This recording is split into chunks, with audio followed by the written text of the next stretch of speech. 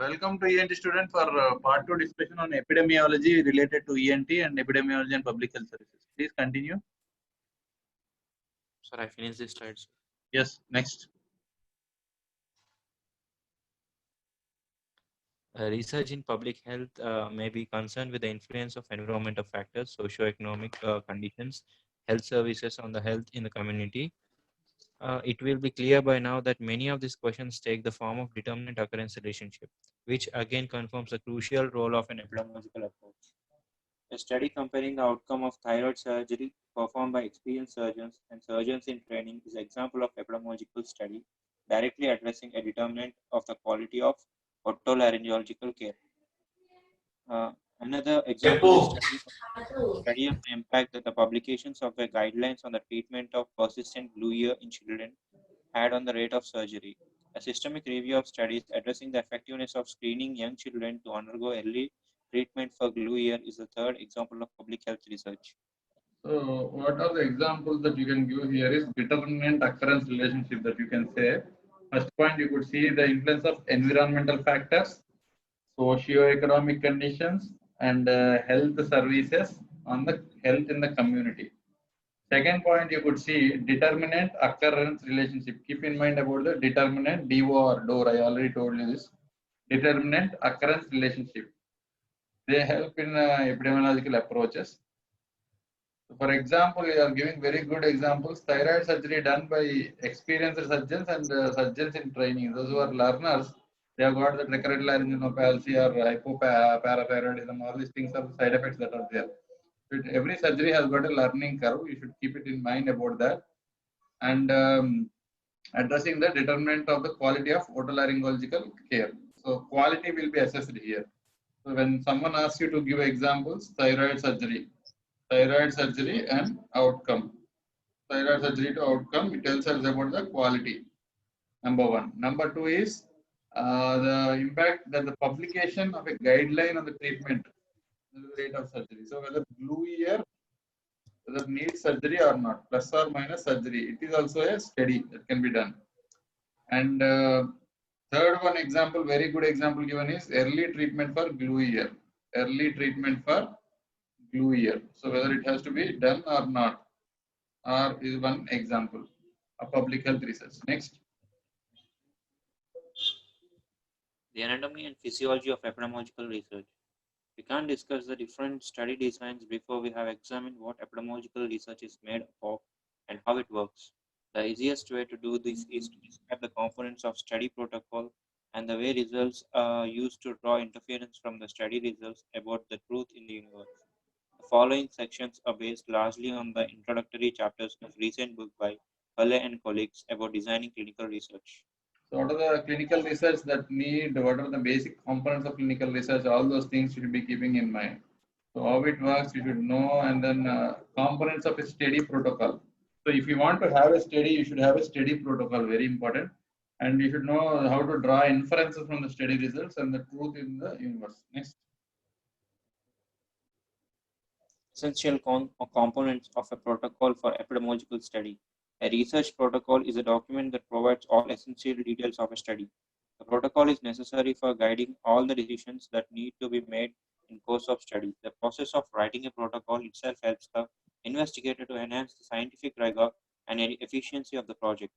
Most research involves teamwork, and a written document ensures that all members know how the study should be implemented and what they are expected to contribute. A good protocol provides answers to a number of essential questions.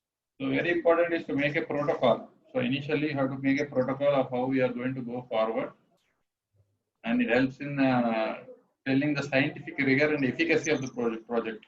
The first point you should know about the scientific research is you should make a protocol. Without a protocol, you can't go forward. A proper protocol will help us to go forward. Many essential questions, and the protocol answers many questions. Answers many questions. Next. What questions will the study address? The research question defines what you want to achieve.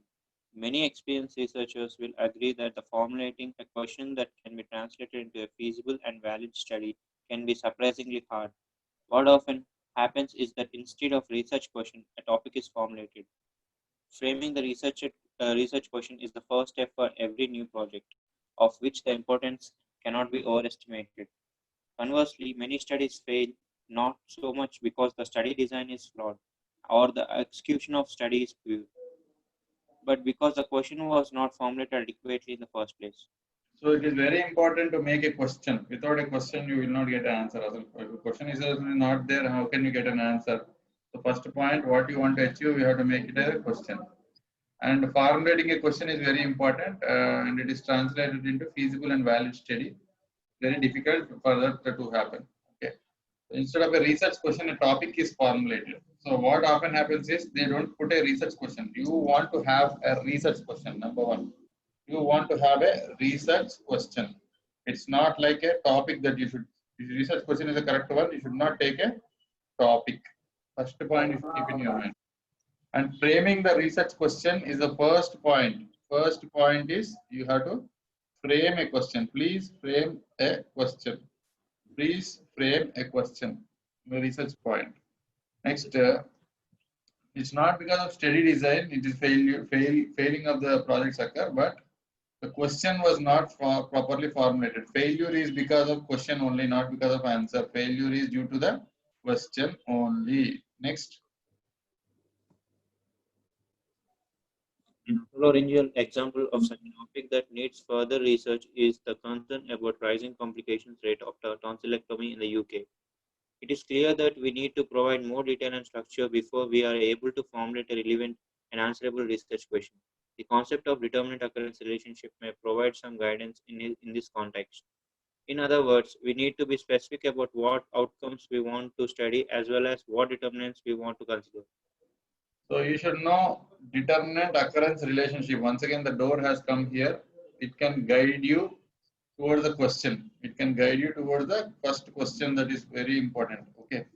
And you need to be specific about what we want to study and as well as what determinants we want to consider. So what study and what determinants is very important. So what study and what determinants is very important. Okay. Keep it in mind all these things. Next. Finally, we need to specify the target population, the kind of people for whom the study should provide answers.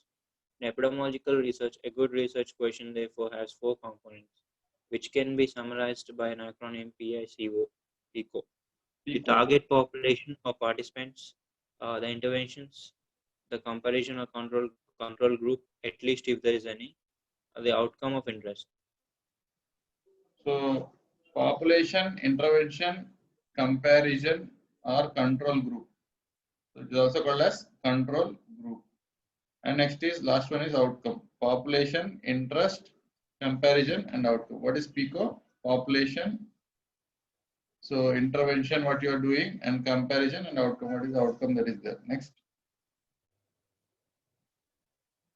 An example of a good research question for a study addressing the complication rates after tonsillectomy could be: in patients undergoing tonsillectomy for recurrent tonsillitis, does the use of bipolar diathermy forceps increase the occurrence of tonsil bleeds severe enough to require return to theatre in the first 28 days after surgery compared to other tonsillectomy dissection types?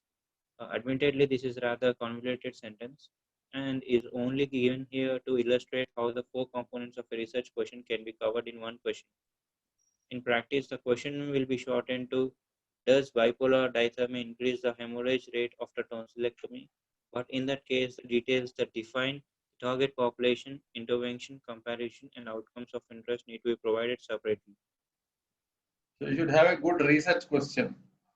And the question will be: in patients undergoing tonsillectomy for recurrent tonsillitis, does the use of bipolar diathermy? So we use bipolar diathermy, that is there are 2 prongs like a forceps, we use that. And whether it is requiring us to return to theatre in first 28 days after surgery. And compared to the other tonsillectomy dissection types. You should keep it in mind about this other tonsillectomy dissection, whether it is going to be helpful or not. This is a good question. This is rather a very big convoluted sentence. You don't want it in a very big sentence. You want 4 components of research question to be covered in one question. The question can be shortened in what manner? Does bipolar diathermy increase the hemorrhage rate up to tonsillectomy. This is enough.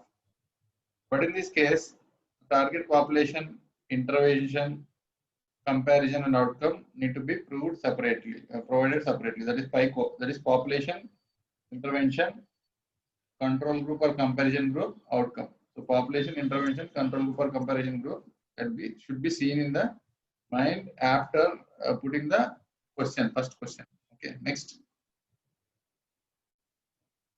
Why is the study question important? Good epidemiological research should also pass the so what test. In the introduction or background section of the protocol, it should be argued that answering the research question will provide a significant contribution to our state of knowledge, or in other words, add to what is already known about the problem.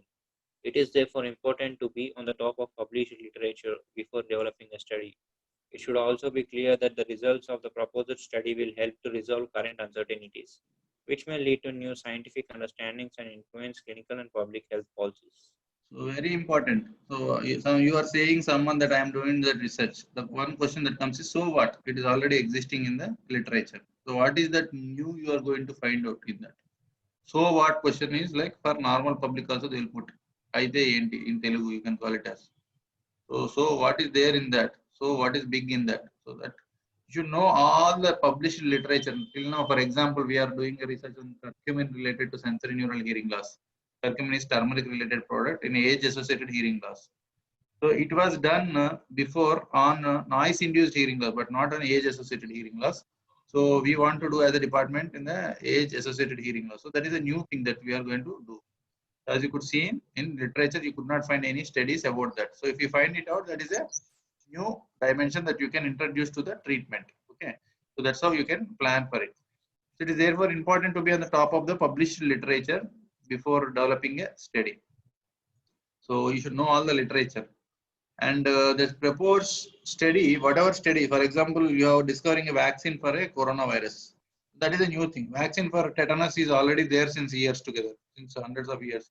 So you should know that a new thing is always exciting in a research activity. Next.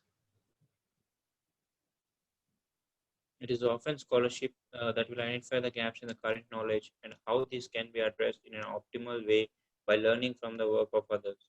For example, a recent systemic review of the literature on the effect of tonsillectomy in patients with chronic or recurrent tonsillitis concluded a lack of evidence to guide decision making for this surgical intervention in adults or children. More importantly, in this context, the author of the systemic review also concluded on the basis of the results of their review that future trials should address the effectiveness of tonsillectomy in subgroups according to age, severity, and disease frequency, and that patients should be followed up for at least 1 year to assess outcomes such as general well-being, behavior, growth, sleep, and eating patterns, in addition to severity and frequency of infections. These conclusions, based upon a systemic review, provide powerful argument for the direction of future research. So tonsillectomy is being done, but we are not having a data about what is the age that is being better and what is the severity or what is the disease frequency, what is the well-being after surgery, and what is the behavior and what is the growth, what is the sleeping pattern, sleep pattern, and what is the severity of frequency of infections. So all these things should be kept in mind. So frequency of infections, these are all questions not answered even till now for few of the tonsillectomy patients for tonsillectomy. So if you are going to do a research something which is something based on this, then it will be a good one. So that should be kept in mind. Next. And one point that is given, just a moment, go back once. The first point in the previous slide is the scholarship.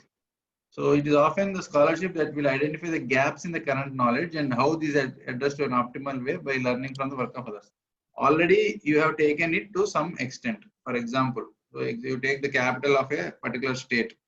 Till one point it is developed and the next person coming will be developing to the next point.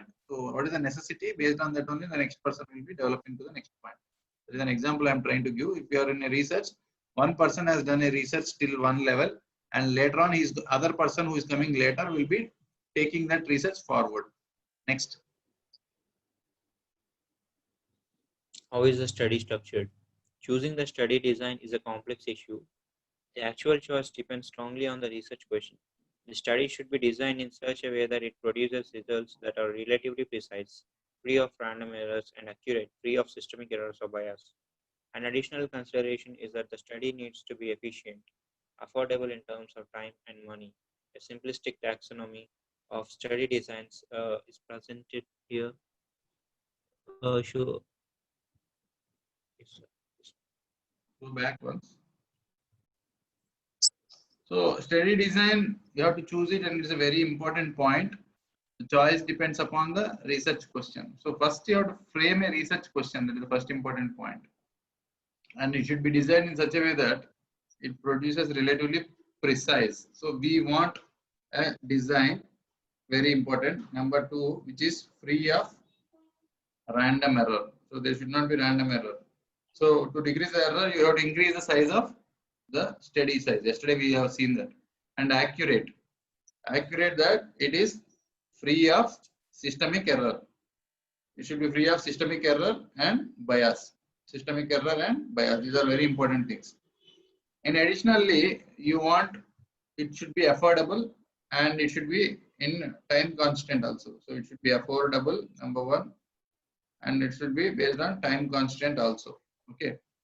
A simplistic taxonomy is defined as we are going to see in the next slide. Next.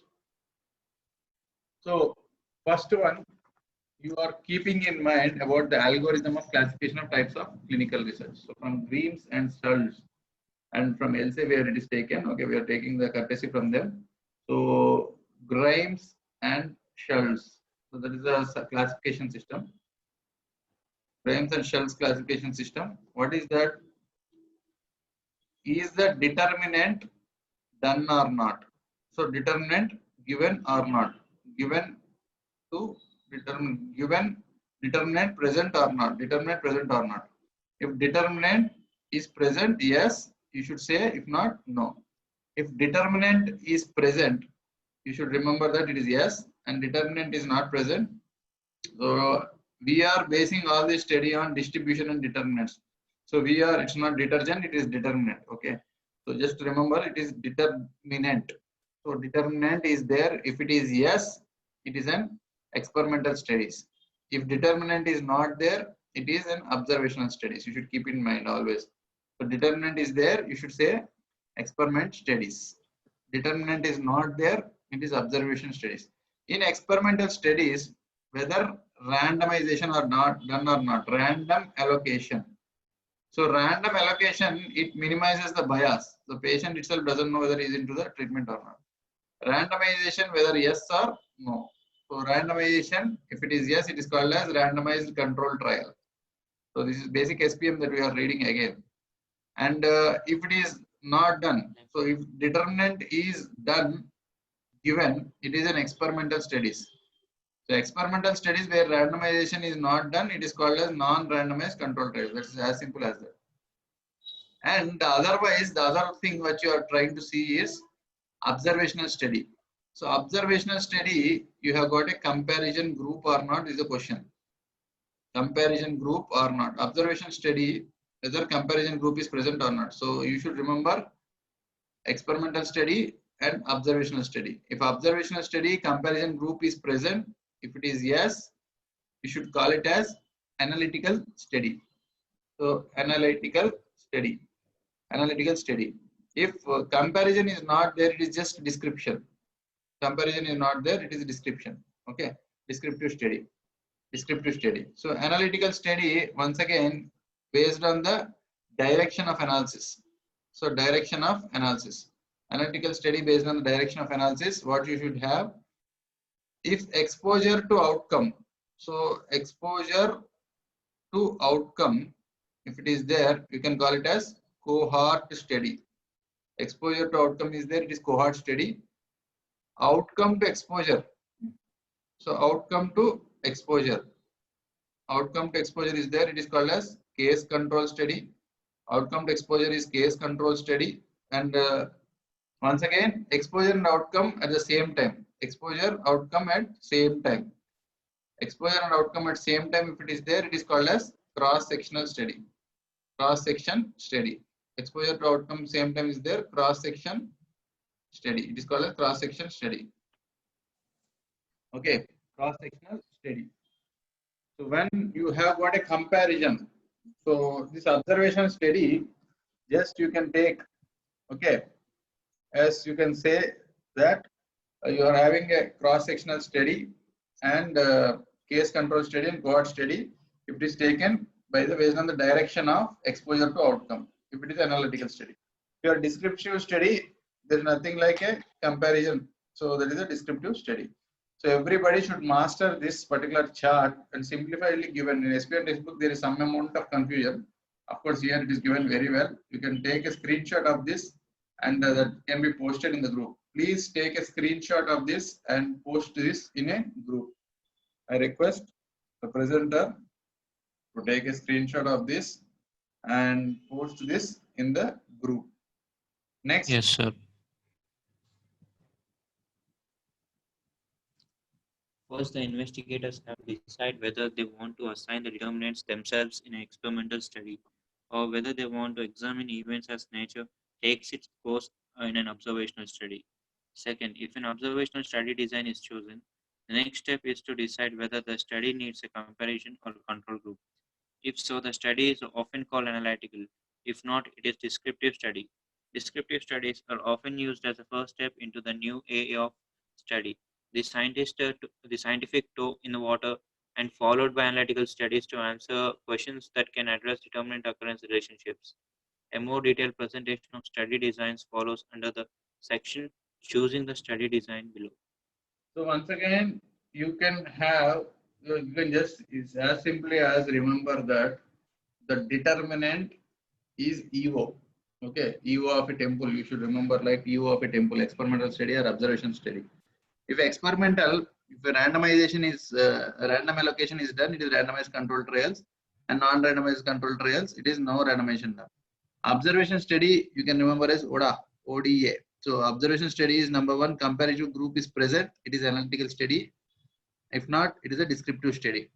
So exposure to outcome cohort, outcome to exposure is case control, and exposure and outcome at the same time, it is a cross-sectional study, as simple as that. So you should keep in the last, but one point you should keep it in mind. The first step in the new area of a study is toe in the water.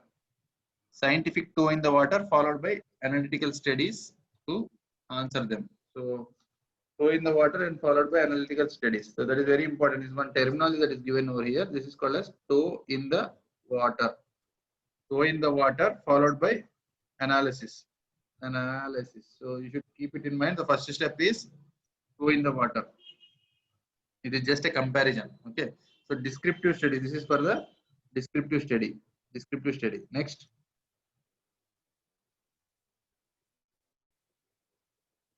Who are the study subjects? How will they be selected and recruited? A good choice of study subjects ensures that the results of the study will accurately represent what is going on in the population of interest. The target population is a set of people best suited to the research question. For example, patient with early laryngeal squamous cell carcinoma for a study comparing radiotherapy and surgery for laryngeal cancer. The protocol must also specify the study sample, which is the subject of the target population available for study. For example, all consecutive patients with this disease condition referred to a regional head and neck cancer centers in a defined period of time. The study sample should be a subset of the target population that can be studied at an acceptable cost and is large enough to control random errors and representative enough to control systemic errors. In many cases, controlling both random errors and systemic errors sets conflicting demands, which is sometimes referred to as a precision bias dilemma. Very important points that are given over here. Study subjects is very important. First, you have to frame a question, number one, and you have to go for a study subject. Study subjects means that is people, population. Study subjects you have to keep in mind, and there will be going on population of interest. For example, you should have a research question. So study subjects is next point after research question. Research question. So you are giving an example of our own department. We are using curcumin for that, wherein for study subjects are old people, age-associated hearing loss, more than 60 years. We are keeping it in that. The protocol must specify a study sample, the subset of target population available for the study. So number one is study sample. Steady sample is very important in the subset of population. Subset of population. For example, you're taking the old persons for that study, for example. And all consecutive patients with disease conditions are referred to a otologist if you are taking a hearing loss patient. Okay. And a steady sample should be a subset of target population at acceptable cost, large enough to control the random error and representative enough to control the systemic error. So the sample, what is the sample size? Should be large enough. What is that? Large enough to control random error. Yesterday we have seen already. Random error. Large enough to control the random error and representative enough to control the systemic error. Representative enough to control the systemic error. Control the systemic error. So this is very important. So in many cases, last point which is discussing, random error and systemic error sets conflicting demands and is referred to a precision bias dilemma. What is precision bias dilemma? Precision bias dilemma is, it is in between the random and systemic errors. Random errors and systemic errors. So random errors and systemic errors, it causes a precision bias dilemma. So it's a very important point. So they cannot be matched, like rich becoming richer, poor becoming poorer. They cannot be matched at a time. You can understand it like that. Next. For example, a study that aims to evaluate the usefulness of the endoscope compared to the headlamp for sinonasal surgery should carefully consider what patients to include. It is highly likely that the results of the study will differ according to the extent of surgery. The comparison might be most relevant for patients who undergo surgery for procedures around the middle meatus and anterior ethmoid. So depend upon the extent of the surgery. Example that is given is sinus surgery. Okay, sinus surgery with a lamp and a endoscope. So when you are using endoscope, you will be precise. With a lamp, you cannot be precise. As simple as that. Next. Including patients Just who a moment, undergo please. only. Just a moment, please. So this is. Yes, sir. Yes. Including patients who undergo only simple polypectomy, who compromise approximately 50% of the total number of patients who undergo a form of sinonasal surgery, may seem an attractive option because it will double the size of study. However, including these patients will diminish the extent to which the study sample represents the population for which the research question is of interest. In an ideal world without practical and financial limitations, we would study the entire target population. Often, if not always, the target population is too large and the study will be carried out in a sample. So last point you could see, a best study will be suited to whole of the population, but it is not possible. And we will take only a sample of that. So second point, if you see, including these patients will diminish the extent to which study sample represents. So all the patients, if you are including, the study sample cannot be properly suitable for a research question. You cannot include young age people for age-old hearing loss as we are doing in our department. Okay, and including patients who undergo simple polypectomy, almost they have 50% of total number of patients. As you could see, who undergo a part of sinonasal surgery may seem an attractive option, but it will double the size of the study. Next. Earlier, we gave as an example the study comparing radiotherapy and surgery for early laryngeal that was carried out in consecutive patients visiting a regional center in a defined period of time. This type of sampling, including patients that are easily accessible to the investigators, is called convenience sampling. It is very frequently used in clinical research. It has obvious advantage in terms of cost and logistics, but its drawback is that it might not sufficiently represent the target population. Consecutive sampling includes without interruption all accessible people is especially useful in this context given that it reduces the possibility that selection either by the investigators or self-selection by the subjects influences the results. So consecutive sampling and convenience sampling. Convenience sampling is those patients who have disease. Consecutive sampling is those people who have got all access to the healthcare. So you can just say that is the difference. Okay. I think this meeting ends here. Thank you for watching ENT student. for this session. We'll continue in the next session. Thank you, sir.